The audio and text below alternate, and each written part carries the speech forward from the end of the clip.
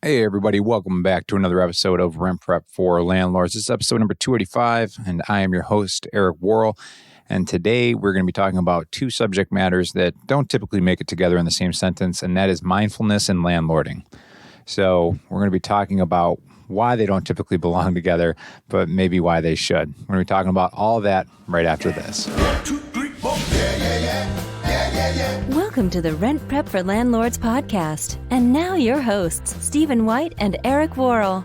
So I have to say I hesitate doing this episode and this topic a little bit because I feel like there's a wishy-washy feeling attached to mindfulness, meditation, and those things that are really becoming prevalent right now, in large part due to apps such as Calm or Headspace, because it's just kind of feels wishy-washy, right? It's you think of somebody who's levitating with their knees kind of folded into themselves and, maybe making noises like hum, hum. But I have to admit that over the last couple of years, it's a practice that I have explored and gone in and out of practice with, and that's meditation. And if you are one of those people, kind of like I've been, who find the topic to be a little bit gag-worthy, a good book that I've read on it is called 10% Happier by Sam Harris. He's it's Dan Harris. Sam Harris is an expert in this field as well, but Dan Harris, who had a breakdown on live air, he just emotionally, mentally melted down on Good Morning America, and he had been working his butt off to be the number one anchor, right? He wanted that top prime time spot, and he was on his way to getting there. But anyways, he had some PTSD from reporting over in Iraq, from some of the things that he saw over there, and he was kind of leaning on drugs and alcohol and really just a workaholic trying to get to his destination with his work. And after that meltdown, one of the things that he found was that meditation made him 10% happier. So that's the title of the book that he has.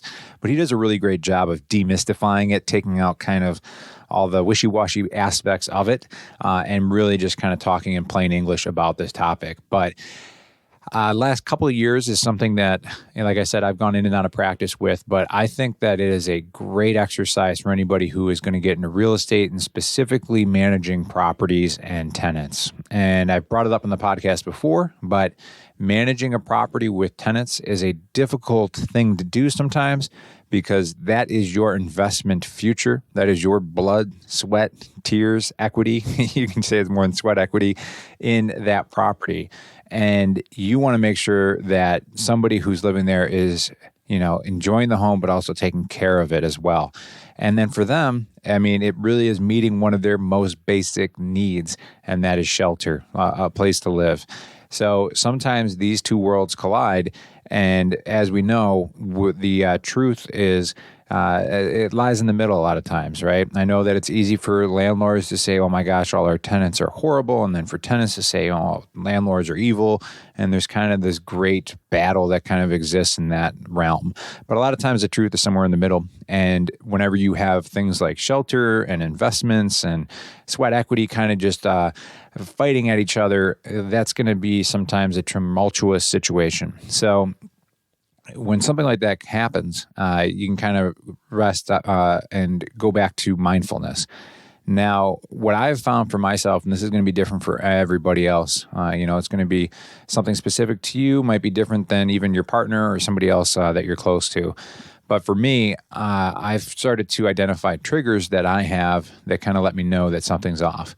Sometimes it's obvious, right? You just blow a gasket and you get really upset. Well, that's obvious to you, your neighbors, that stranger across the street, that it's not going okay. But sometimes there's little things that creep up that you don't realize that are happening, but could be the result of tension that you're carrying around from being a landlord and dealing with everything that you deal with. What I've discovered about myself is a couple of years ago, I started getting TMJ, like lockjaw in the morning. I was biting down really hard in my sleep. And then realizing that the doctor told me that he kind of did this little demonstration for me. And he goes, all right, I want you to make a fist and I want you to squeeze as hard as you can.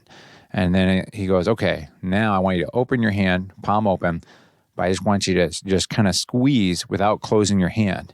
And he said, when you're doing both of these things, you're putting the same amount of tension on your hand and your muscles, But one of them is obvious where you have that closed fist, and the other one where it's open, you're still kind of walking around with that tension. So he kind of introduced me a little bit to just some breathing exercises and, taking note of times that I might be kind of stressed out and not even realizing it. And from doing this, actually, I was able to greatly reduce the issues that I was having with TMJ, with like lockjaw and those issues. And it made me realize how many times that I would just have tension, and I would feel it kind of in my temples. And the other place I could feel it and notice it was my shoulders. My shoulders will just start to rise up, almost like somebody's pulling them, like, Geppetto's pulling on the strings or something. And my shoulders, I'll be driving, especially if it's like really bad weather out and people are driving like jerks. I'll start to just kind of feel my shoulders kind of rising up towards my ears. And when I feel that now, I'll just say, okay, take a breath, breathe, it's okay.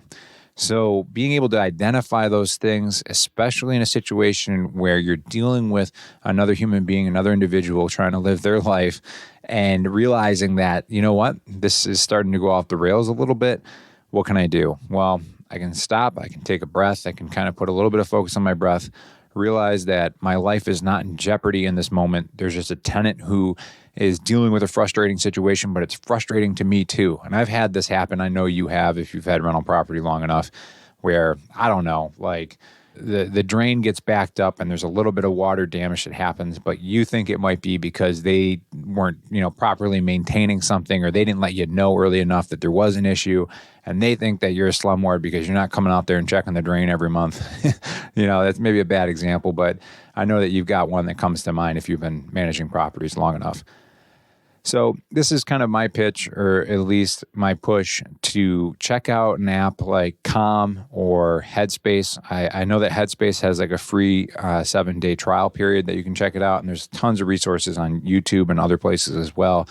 But if you can at least start to kind of just see when you're flaring up and when you have tension building, or your triggers are starting to show when you're getting, worked up and emotional dealing with a tenant, because the last thing you want to do as a landlord is be an emotional landlord. You want to make sure that you're level-headed and that you're coming into the situation with a good head on your shoulders, and that you're kind of centered in a way. And if you can get into the practice of meditation and dig into that, I think you may find that easier to do. I'm not saying I'm perfect at it. I definitely have my moments where I am pretty bad at it. But I do find that once I get back into the practice, and, it's just 5-10 minutes a day, usually in the mornings for me, really helps with just being able to control my emotions and kind of see when my emotions are controlling me a little bit earlier. And having that awareness is so helpful. So again, check out those two apps. And then also 10% Happier by Dan Harris is also a great read. I listened to the audiobook. He narrates it and does a great job with that as well. So shoot me an email if this is something that you've been exploring yourself. I'm always curious to hear how that works for you and how you've been able to apply it to being a landlord. Love to bring that up on a future episode. Again, that email is Eric, ERIC, @rentprep.com. All right, guys, until next week, have a great week and take care.